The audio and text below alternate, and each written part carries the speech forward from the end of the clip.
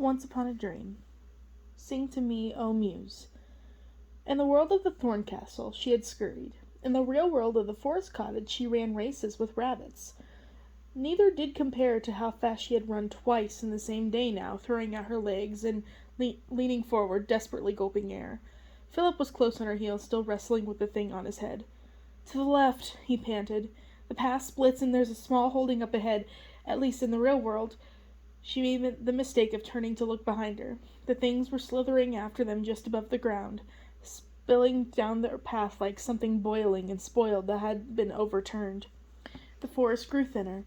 Though it was now well into twilight, with fewer trees blocking the last rays of sunset, the land was still bright golden.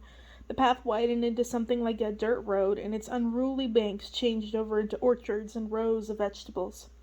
The creatures behind them thinned out, too. It was like the smaller ones couldn't leave the shadows. Those that remained were looking more tentative now, curling around the bushes and scrub like smoke, skittering to the occasional protective lee of a rock, from which they would dart out and try to nip the fleeing prince and princess's heels. But the larger demons, the stronger ones, still tore after their quarry, hissing and snorting and untroubled by the dying sunlight. The closest one was the size of a horse and had thorns above its evil yellow eyes, and it was gaining on them. "The gate!" Philip cried, pointing at a rough still that marked the entrance to a small holding. It was certainly not strong enough to keep the demons out, and looked rather pathetic, but the fence next to it where attacked strange things Aurora Rose couldn't understand. Garlic, a rope of wolfsbane, a tattered cloth painted with runes. But the prince seemed to think that gate offered some form of safety, so she let him pick her up and hurl her over the side. He dove after her, landing in a roll. The giant demon chasing them stopped short of the gate. It looked ridiculous, this large, black, yellow-eyed, smoky-horned evil thing swaying hesitantly in front of the comparatively small rustic fence with its bits and tatters on it. It slowly lowered its head and began to fade. In moments, it was gone. Philip let out a string of curses. The demon clinging to his head was still there, undispelled. He reached up and pulled it off, hurling to the ground. It howled, its face splitting almost in half. The teeth that had sunken into the prince's flesh weren't long, but there were lots of them. The prince yanked his sword out of its sheath and drove it into the thing's head through its wide mouth. Perhaps many more times than strictly necessary. It shrieked and hissed and squirmed and bled white blood like pus, finally disappearing in a curl of oily smoke. Aurora Rose watched it all silently, trying to regain her breath. She wasn't sure why she wasn't crying. "Dear God," Philip swore, running a hand through his hair and looking at its thick smears of blood that covered it. "I think I would have preferred a dragon. Those things are horrible." He wiped his sword on the ground to clean it. Why did that tiny gate stop them?" she asked. "The protective wards. Didn't you see them hanging there?" he said, pointing at the brightly colored bits and herbs. "It's a pretty common thing in the more rural villages. Never believed they actually worked, though." Oh, she decided she would deal with the philosophical implications. Dream talismans, effectively keeping away dream demons, another time. A lone woodsman, returning from the forest, axe over one shoulder, looked over at the couple. Maybe it was the blood all over Philip or the prince's extremely out-of-place dress, but he started walking faster, away from them. "Let's go see if anyone has some warm water, and bandages, and maybe some dinner," he suggested. She put a hand to her head. "But none of this is real. We're not really wounded or hungry, right?" "It's real enough while we're here," he said with a shrug. "I don't know what happens to us in the real world if we're killed here, and I don't think I want to find out. So let's play by the rules until we figure out the loopholes." She nodded. That made sense. They started toward the village. "So, another trap. Much cleverer this time," Philip said. "Yes, this time with a fancy surprise ending," Aurora Rose sighed. "But you figured it out and managed to pull us out of it." "I suppose I did," she said, thinking about it. It was all her doing, up to the part with the demons. "Suppose? You completely did. It was amazing. Well done." He was truly excited for her. His praise was real and enthusiastic. Little warm waves worked up into her body from the tips of her toes to her cheeks. He, her prince, was genuinely impressed by something she did. It almost eliminated the remaining apprehensiveness in her. But not quite. What... what's wrong? We won, Rose. Why are you still upset? She took a deep breath and tried to sort her feelings. When you told the story of what happened in the real world before, you mentioned the fairies giving me gifts of beauty and grace or whatever, and I just sort of dismissed it. I thought it was a poetic license. So when the back there fairies, the demons, one of them said my beauty was a gift, a fairy gift, it suddenly sank in. It must have been literal. My beauty isn't even my own. It was given to me by someone else. Oh, Rose, don't be silly. Of course, the story said, the fairy said, but that's not the point. The point is I realized standing in front of the mirror that wherever they came from, my looks were never exactly that important to me in the real world. Other things were. That's when I figured out how weird the situation with those fairies or demons or whatever was. I didn't even start out caring about my looks in this world, the world of the Thorn Castle. Not until I was actively encouraged. The fairies were acting exactly how my handmaiden, acted around me, with the dressing up and praising, my golden hair, and she wound up being a spy for Maleficent. Philip frowned. How strange. It seems like twice now in your dream life she has tried to distract you and trap you with dresses and, I don't know, your beauty and vanity, which you don't really have much of. Vanity, I mean. You're plenty beautiful, but it seems like Maleficent doesn't have a very large range of scenarios for you. She just goes back to the same old thing.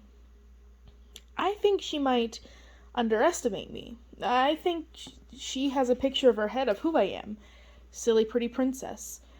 I don't think she actually knows who I am. I hope I do, Philip said with a grin, taking her hand and squeezing it. Do you? She asked with a wry smile. I'm not even sure I know myself. The breeze turned, bringing the clear, teasing trill of a fiddle to them along with the smell of smoke and the sound of laughter. There couldn't have been a more inviting combination of sensations in the world. That must be the village up ahead, Philip said, pointing. The two picked up their pace and hurried to the corner of the tiny village. It was really nothing more than a cozy collection of cottages, with thatched roofs and smoke drifting from their stone chimneys. There was no bank or church or any more formal building than a smithy and a storehouse. Aurora Rose realized with a start that it might not have been one of the places her aunts, the fairies, went to get supplies. She was never allowed to go on those trips. A huge red and orange bonfire crackled merrily in the commons. Two fiddlers and a jug player enthusiastically belted out high-spirited music. Children ran around in bare feet, mouths smeared with red and purple from the berries they were gobbling down. Adults clapped and danced. Everyone was dressed. Well, if not in their best, then at least in their nicer clothes. Big skirted dresses for twirling, broken straw hats freshened up with ribbon, even the occasional washed face. Humans weren't the only ones enjoying the fun either. Dogs and cats chased each other through the crowd. A gray donkey lifted its head and brayed along with the music. Toddlers worked to keep a small flock of overexcited geese out from underfoot. A table with a snow-white cloth was laid out, with all sorts of pies and tarts, along with a pile of bread and pots of dark purple jam. A cauldron of something that smelled like hot wine sat in a smaller fire nearby. A solicitous crone ladled out steaming portions into everyone's mug. Aurora Rose's eyes widened in delight at the scene. It's the Berry Moon Festival, Philip explained. If things work the same way here, they're celebrating the end of summer. I'll bet that's hot raspberry mash over there. I know that festival. They have it every year, but my aunts never let me go, she said wistfully. Wait. Philip sighed and put his hands out to catch her as she began to sway, hit by another stream of memories. This time it wasn't too bad or too long. A series of very similar scenes presented themselves one after the other. Late summer, and despite their seclusion in the woods, the excitement of the festival reaching even the three aunts and Rose. She begged to go. If the breeze turned right, she could smell simmering raspberries in the wind. Never, it's not safe, said Flora. I'm sorry, dear, said Fauna. Maybe when you're older. How fun can it be, anyway? Merriweather asked. All those clodhoppers dancing around to those silly songs and eating pies. You never let me do anything, Rose screamed, stomping out of the house. At age 13, 14, 15. Aurora Rose came to, still upright this time, head pounding, but buoyed by one clear thought. I get to go this time, she said, grinning and walking ahead eagerly. Rose, it's not real, Philip said, tracing after. It's probably another trap. It's probably danger. Don't even. She spun around and put her finger to his lips. It's my dream, and I'm finally going to enjoy it. But if the prince was expecting another trap from Maleficent, his suspicions were immediately allayed by what happened next. The music wound down awkwardly, the dancing stopped, and the crowd turned unfriendly stares on the couple. The princess put a hand on the back of her head in embarrassment. They did look pretty strange. An armed prince and a ragged princess covered in blood and dirt. Hi, she said with a timid wave. She tried to remember who she was and where she was from and how people usually looked at her when she walked into a room. At least in the Thorn Castle. Excuse us for interrupting. Where have ye come from just at sunset and all? An old man asked, not bothering to mask the suspicions in his voice. Oh, come off it, ye crazy old coot, swore a woman not dramatically younger than he, rolling her eyes. That impendent gypsy Orzy came in just little before them, and ye didn't give him the 3rd degree. We know who Uzuri is, the old man sniffled. Never seen the likes of these two before. There were murmurs and nods of agreement from more than a few villagers. We've escaped from the enchanted castle, Aurora Rose explained calmly. We were prisoners there, and managed to escape the evil queen and her servants. We were chased by her demons all the way here, Philip added. I killed the last one, who did this to me. He turned and showed the back of his head, torn and bloody. And at that, the crowd began to relax. I thought ye looked royal, a woman said, nodding her head knowingly. "'S why we have the wards," piped up an ancient lady, who had a few teeth and many warts and a long pointed chin. "Keeps the witch and her hellfire servants out of town." "For which we are indebted to you, utterly," Philip said with a graceful bow. "And there are lots of people in there?" another woman asked, looking worried. "Trapped?" "Yes, we plan to get help, to rescue them." There was no point in telling the whole story to these dream people who may have been asleep in the real world, or not in the real world at all. "You'll need an army," a middle-aged farmer with a quilted vest said. A long piece of grass stuck out of his mouth. "Aye, a big army, with siege machines and the like," said another thoughtfully. "You'd better not have your army tromping through my rutabaga patch," a third farmer cried, pointing down at the ground in which his finger like a judge. "I'll not have your army marching through here and ruining my rutabagas." There's not... "All right, we promise," Philip said, giving up. "No armies on anyone's rutabaga patch." The farmer settled down, relieved. "Well then, come and refresh yourselves, you young heroes," the crone at the cauldron cackled. "You're interrupting our party. You may as well join in." "We would be delighted," the princess said with a sigh. The music started up again. Everyone began to clap, dance, or gossip, not bothering to disguise the curious stares they gave the newcomers. Someone handed them each a heavy potted mug of hot raspberry wine. One sip of the sweet and syrupy drink went immediately to Aurora Rose's toes. Her foot began to tap to the music. She watched the children form a circle and begin a surprisingly complicated routine. "Come," a little girl said, running up to her and grabbing her hand. She looked at the princess with hope and awe. It was unlikely anyone as pretty or dressed up as she had been to their village ever. The princess in turn looked at Philip. "It's another trap," he said. "Probably." "Doesn't feel like it," she said with a grin, and she let herself be dragged away with the little girl. "Neither did the last two," Philip called after her. The crowd cheered, and the adults joined together to make a larger ring around the children, dancing the opposite direction. It was the exact opposite of the balls that Maleficent threw. No fancy dresses, no preening, no disassembling, no posing. The children were dancing for the sake of the dance itself. Energy, happiness, and light flew around, and Aurora Rose found herself swept up by it until she was laughing along with the little ones whose hands she held. Philip, on the other hand, looked uneasy. He kept smiling and toasting villagers, but obviously didn't like the way that he was now separated from her by the ring of adult dancers. The music slowed down. The circles paused in their gyres. Philip moved forward and began to clap, relieved it was all over. And then the music started up again. The rings of dancers became their revolutions again. "Wait now," Philip said to no one in particular. No one heard, and the fiddlers played on. Like a coach gradually accelerating on a downhill stretch, their strings plucked and thumped slowly at first, and then began to build speed. The dancers followed suit, no longer attempting intricate steps, just circling around and round. "Rose!" Philip called, but she was swept away in the dance, her hair a golden smear, her smile a flicker that was there and then gone. Soon she could barely see the inner circle at all.